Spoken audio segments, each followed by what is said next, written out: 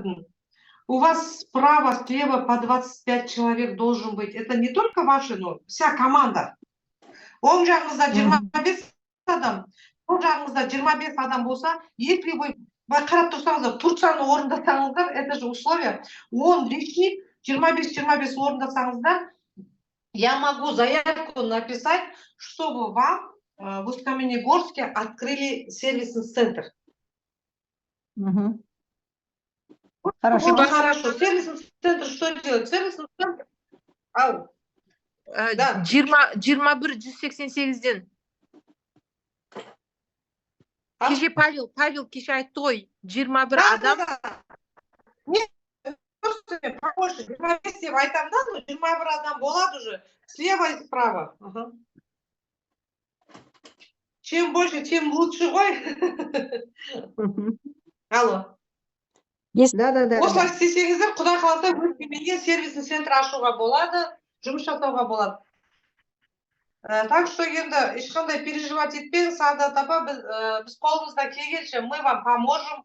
Не керек, бүкіл продукция жайлы да, маркетинг жайлы да сізге жібереміз чатқа. Айжан екеуміз енді осыны қолға алып күнде жұмыс жасаймыз. Бір уақытта осылай прямой эфир новичоктарыңызбен жұмыс жасайық, которые новые люди у вас. Соның барлығына можно каждый день рассказать о продукции, о маркетинг-плане. Очень хорошо. Гүлеке, жаңа сервисный центрдің жаңа 21 екі жақтан екенін айттыңыз да, енді ары қарай соның фишкасын айтып кетіңізші, фишкасын ашқан адамға. Фишкасы сервисный центр ашқан адамға компания регистрация жасауға не рұқсат береді и сіздердің айлықтарыңызды шығаруға.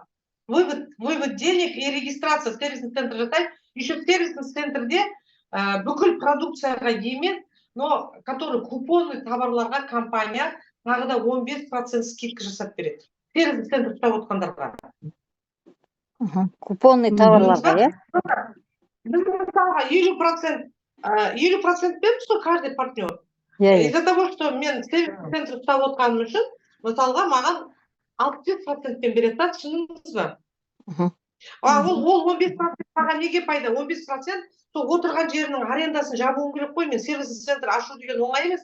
Ол жерге кәдімгідей площади болу керек, магазині болу керек, оның ішіне қанша оборудовать етесіз, ол жердің арендасын төлейсіз. Соны компания айтады, біз сіздерге офисқа төлемейміз дейді. Ана сервисный центрға беретін 15%-тен отырған жерлерінің арендасын, расходтарын шығарып отырыңдар дейді. Түсіндіңіз ба? Осы услуга. Яғни 15% купонный товарлардан алатын пайдамыз бар, но барлығына неме. Потому что менде қазір накладной келіп жатыр. Қарасам, кабинеттегі бағаменен, партнерлардың бағасымен менің сату бағам бірдей болып тұр да, бірнеше ғана купонный товарға ғана 15% скидка бергендері бар. Но не полностью товарға бермей тұр. Ол бір. Бірақ жаңағы адамдарды тіркеген кезде, сол регистрацияда компания каждый регистрацияға өзінің төлейтін проценті бар.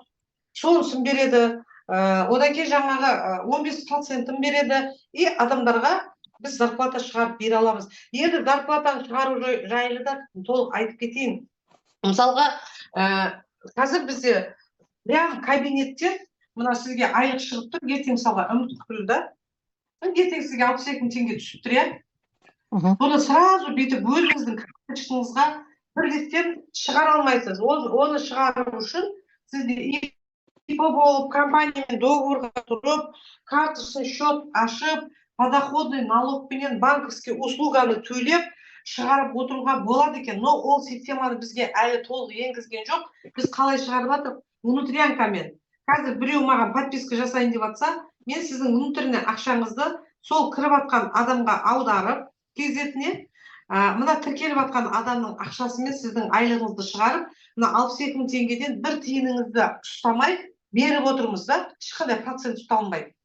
Но компанияға біз қазір не тастадық?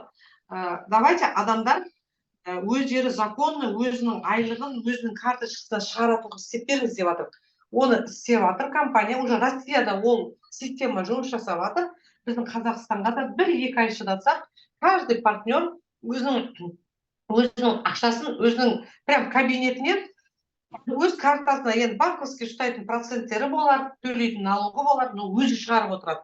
Но пока бүкіл ақшаны біз внутрянка через подписку шығарып, сервисный центр арқылы шығарып отыр. Міне сіздер подпискаға ақша жіберсеңіздер, мен не істеймін? Сіздердің ақшаларыңызды мына Қытайдың счетындағы Каспий счетына лақтырамын. Сол кезде мына Қытай маған код береді. Мысалы 1424 деген код береді. Мен қайтадан Каспий Gold'ыма кіріп, 1424-пен Қытайдың счетін пополнение жасаймын. Сіздер салған ақшаларды мына кісіге салам. Одан кейін бұл осы ақша бұның Каспийіне түскеннен кейін, бұл осы ақшаны менің складыма лақтырады. Склад, сервисный центрге лақтырады. Сервисный центрге мына ақша келіп түскеннен кейін барып, маған регистрация жасауға ақша түсетін араға. Сосын сіздердің осы сервис центрге түскен ақшамен сіздерді регистрация жасаймын. Осындай өздерінің внутренний жұмыстары бар. Кейде айтады, біз кеше, тем более воскресенье күні біздің суббота-воскресенье компанияда мына Қытайлар демалады, нерабочий день деп Астанада. Мысалға маған көп адамдар подписка келіп қалса, мен мына счетқа лақтырғанменен кейде сервисный центріме ақша түспей сәл күтіңкіреп, кеше сіздердікі сәл солай болып кешікті да. Но понедельниктен пятницаға дейін жұмыс күні олар аямайды ақшаны, қалай түседі, солай счетқа лақтырып, подписка тез болып отырады. Сондықтан кеше кішкене задержка болып қалғаны соған байланысты болды.